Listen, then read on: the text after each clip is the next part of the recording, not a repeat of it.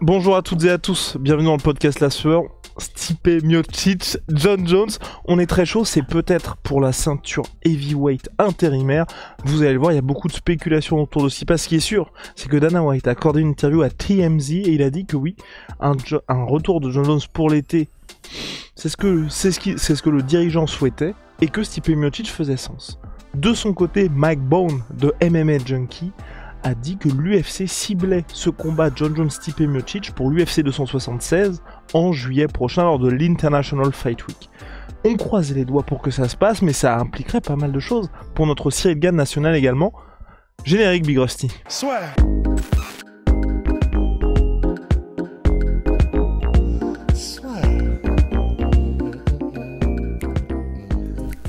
Entre dans l'octogone avec Unibet. Qui sera le vainqueur du combat? En combien de rounds? Fais tes paris sur l'app numéro 1 et profite de 150 € offerts sur ton premier pari. Alors, et là vous allez sans doute vous dire, et vous aurez très raison, j'ai envie de dire, très bien raison, plus que très bien raison, même très beaucoup raison. C'est que Rust a l'air beaucoup trop calme par rapport à l'immensité de cette news, mais c'est parce que Rust n'a plus envie d'y croire. Il veut voir des contrats signés, il ne veut pas des promesses en l'air. Il a trop été déçu par le game. Waouh, on dirait une introduction de ces deux films d'action en voix off. Bah, en fait, le truc, c'est que ça fait bientôt 2 ans qu'on nous annonce qu'il arrive dans quelques mois. Donc, tant que j'aurai pas l'officialisation, je n'y croirai pas. Voilà, parce que j'ai plus envie d'être déçu, j'ai plus envie qu'on avance dans les mois et on commence à regarder sa montre, on commence à taper du pied, ça ne vient pas, ça ne vient pas. Et au final, pour apprendre que ce sera Miocic versus Blades ou un truc comme ça pour le titre intérimaire, j'ai qu'une envie, c'est de voir Jones en poids lourd, parce qu'on a tous envie de voir Jones en poids lourd. Mais voilà, ça fait littéralement 2 ans qu'on nous annonce que dans quelques mois, peut-être, pourquoi pas, on sait pas, il arrive, tu vois. Donc, ce serait génial, ce serait parfait au niveau du timing. Là, il a eu tout le temps du monde pour s'entraîner et ce serait l'idéal, quoi, comme adversaire aussi, puisque Miocic, il a ce statut de meilleur poids lourd de tous les temps pour l'instant à l'UFC, hein, je crois qu'on peut le dire. En même temps, il est sur la pente descendante, mais il reste quand même tellement en place que battre Miocic, ça veut vraiment dire quelque chose.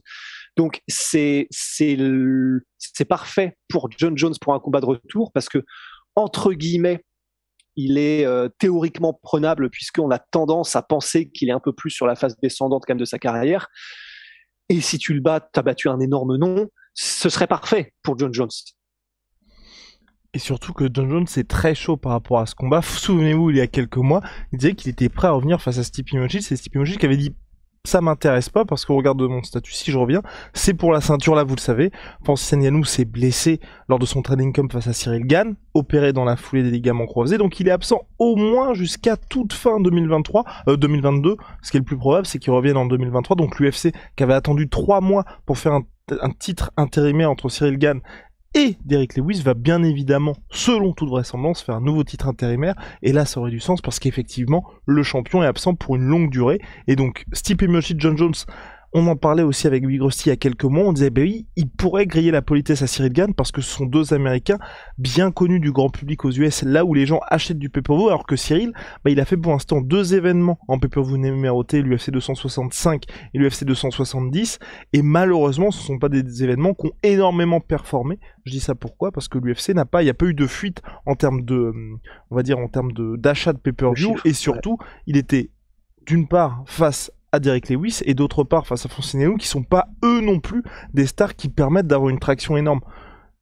Dans des proportions différentes, il y a l'exemple entre Khabib Nurmagomedov et Conor McGregor. Khabib a explosé grâce au combat contre Conor McGregor parce qu'il a surfé sur la vague Conor McGregor qui lui a apporté tout ce following et toute cette, on va dire, reconnaissance auprès du grand public. Dustin Poirier, quand il fait 1,6 million en pay-per-view et 1,8 million contre Conor McGregor à l'UFC 257 et 264, c'est pas grâce à Dustin Poirier, c'est parce qu'il y a Conor McGregor, et vous n'avez qu'à regarder les chiffres que Dustin a fait contre Charles Oliveira. Je crois qu'on était à 690 000 ou 700 000.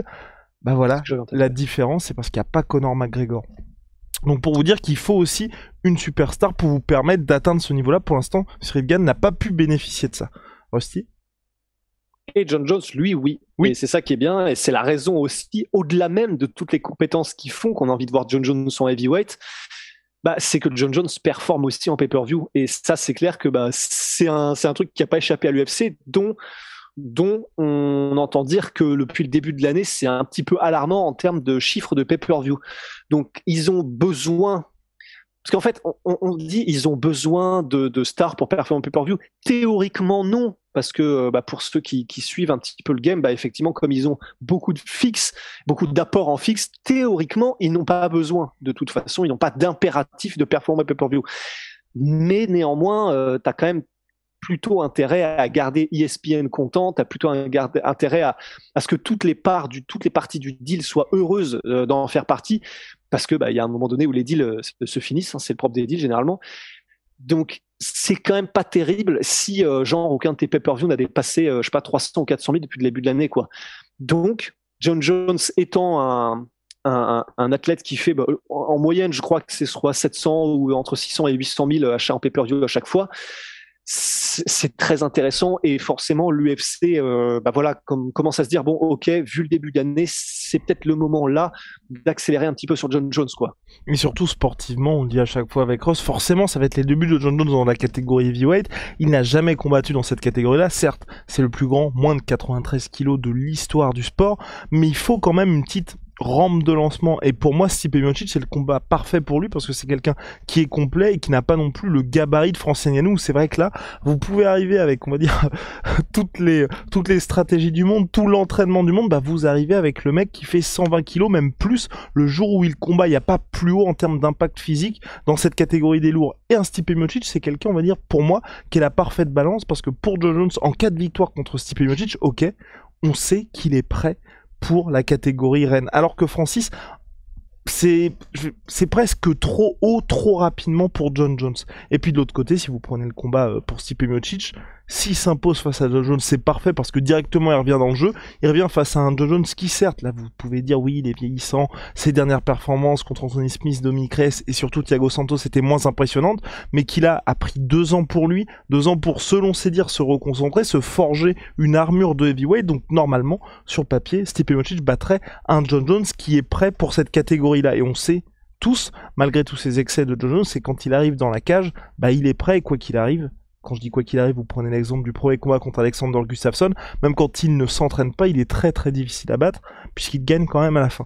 Donc pour moi, franchement, c'est un combat qui a du sens pour les deux, qui, en cas de victoire, de part et d'autre, ça permettrait à ces deux gars de se replacer dans la course au titre, et puis surtout, tu vois, on va dire, ça n'entrave pas, à mon sens, l'avancée pour Cyril Gane, pour Tai Tuivasa, pour Thomas Spinal, parce qu'eux, ils ont d'autres options très intéressantes pour s'affronter entre eux, et où, tu vois, patienter tranquillement, et même en co-main event, tu vois, par exemple, un Tai Tuivasa Cyril Gane sur une carte comme ça, c'est parfait, parce que le vainqueur, il peut call out le mec qui va être en main event, ça vous apporte énormément de nouveaux fans potentiels, ou en tout cas des gens qui vous découvrent grâce à ce combat-là. Enfin, tu vois, pour moi, c'est pas... Je pense que personne ne serait lésé dans ces combattants qui sont plus jeunes, mais qui sont aujourd'hui sur le devant de la scène, donc moi, je signerais tout de suite.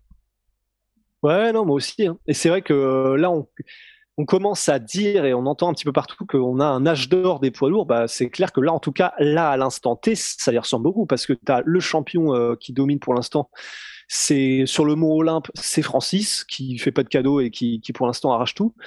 Derrière, tu as effectivement, si ça se fait, un combat intérimaire entre John Jones, Stipe Miocic, et encore derrière, tu as les 4, donc ça fait énorme, hein, ça fait quand même 4 et 3, 7 heavyweight poids lourds qui sont de très très très gros niveau, et donc derrière, évidemment, on dit Curtis Blades, Thomas Spinal. Oui, j'avais oublié Curtis Blades. Et Cyril, on pourrait dire que Tai Tuivasa est un petit peu derrière en termes de compétences techniques, mais n'empêche que il vient de mettre KO Derrick Lewis, donc il mérite d'être là, et il a toute la hype, quoi. Donc c'est effectivement, ce serait parfait que ça se goupille comme ça. Moi, j'aurais tendance à dire du coup que si jamais ça se goupille de cette manière entre John Jones et Miocic, on aurait probablement Cyril Gane contre Curtis Blades et Thomas Spinal contre Tuivasa, ce qui est très intéressant. Enfin là, vraiment, si on pouvait booker tout ça, ce serait idéal. Et l'UFC ne le fera pas, bien évidemment, parce qu'il faut qu'ils maintiennent leur calendrier de 44-45 événements par an, mais imagine tout ça sur la même carte.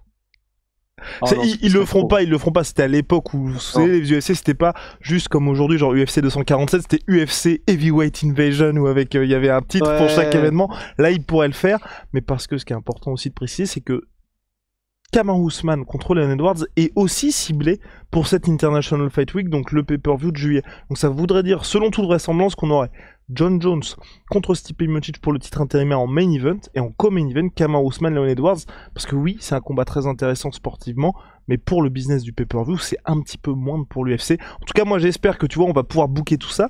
Il y a aussi, on n'en avait pas parlé avec Big Rusty, puisque c'est tombé, je crois, c'était samedi l'officialisation, Alexander Volkov, Jairzinho Rozenstruik pour, je crois, le mois de juin prochain. Donc comme quoi, ça avance pas mal du côté de cette catégorie des lourds. Ouais, non, ça fait plaisir. Enfin là, franchement, s'il y a bien une caté où ça bouchonne pas, c'est eux. Et il n'y a plus qu'à voir maintenant au sommet du sommet. Et ce que je trouve très bien là-dessus aussi, c'est surtout pour le retour de John Jones, c'est que ça permettrait pour Francis aussi, vous le savez, Francis et John Jones voulaient s'affronter pendant de longs mois. Il y a eu de gros problèmes avec l'UFC, c'est que au moins s'ils bookent ça, tu vois, ça met au clair tout ce qui va se passer pour la suite. Si John Jones s'incline face à Stipe Miocic, bon bah ok, il a tenté, malheureusement il a échoué, et s'il s'impose, on sait qu'ensuite il y a l'unification face à Francis, et je pense qu'aussi ça facilite les choses pour l'UFC dans leurs négociations, parce que là voilà, Francis sait que quand il revient, il affronte John Jones, donc il n'y a plus de soucis de faut aussi un combat qui m'intéresse. Là il sait qu'il a son super fight, un super fight qui a du sens parce que John Jones se sera imposé par Miocic. Bref, moi vraiment, ce serait parfait sur tous les points, et puis en même temps, il y aura une autre course qui se passera entre Cyril Gane, Curtis Blades, Tai Tuivasa et Thomas Spinal, comme l'a dit Big Rusty, où là on peut faire pas mal de choses, l'UFC Paris, l'UFC Liverpool qui doit revenir. Il y a des trucs à faire qui sont tout aussi, je pense, qui sont tout aussi excitants, parce qu'un UFC Paris, que vous mettez une ceinture intérimaire, un titre, ou même sans titre aujourd'hui, Cyril Gane, s'il vient à Paris, et pour le premier événement de l'organisation en France, forcément ça fait ça le comble. Et si c'est Thomas Spinal, il y aura ce côté derby, ça pourrait être aussi intéressant. Enfin, ce que je veux dire, c'est que pour moi, il n'y a pas forcément besoin qu'il y ait de ceinture aujourd'hui pour que l'UFC vienne en France et que ce soit un événement, surtout s'ils chargent la carte avec pourquoi pas, ils peuvent aussi le faire l'UFC, et je pense qu'à mon avis, pour moi, ça aurait...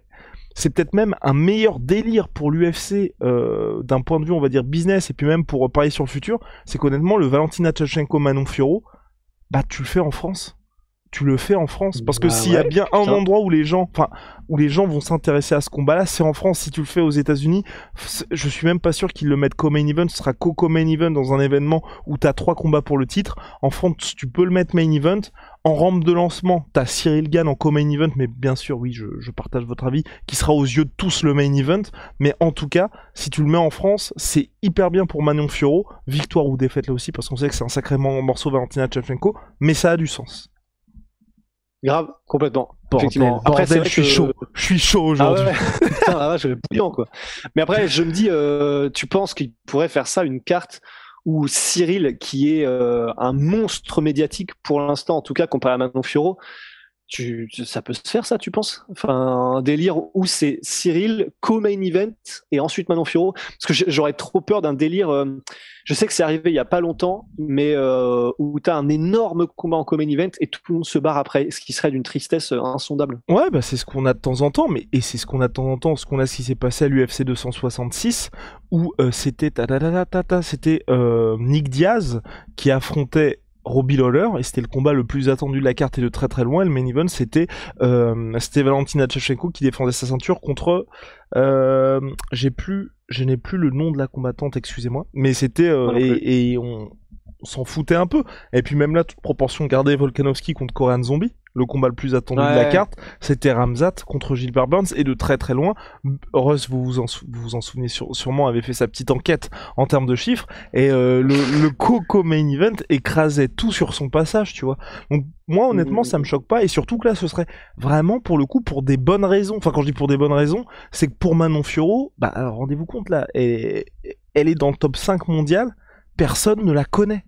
Et elle va accomplir peut-être un truc où il y a 5 ans de ça, à dire Valentina Shevchenko va perdre sa ceinture, ou en tout cas va être mis salement dans le dur par quelqu'un, on n'y aurait pas cru. Ça va peut-être être Manon Fiorot, et pourtant elle a un déficit en termes d'image qui est énorme, mais il faut réussir à la pousser. Pour la pousser, quoi de mieux qu'un événement en France? Voilà, Big Rusty, on a terminé sur ce sujet-là. Big shout out à my sweet pea. chez Protein, moins 38% sur tout MyProtein avec le code la sueur. Venom, sponsor de l'UFC, sponsor du One FC, sponsor de la sueur. See ya.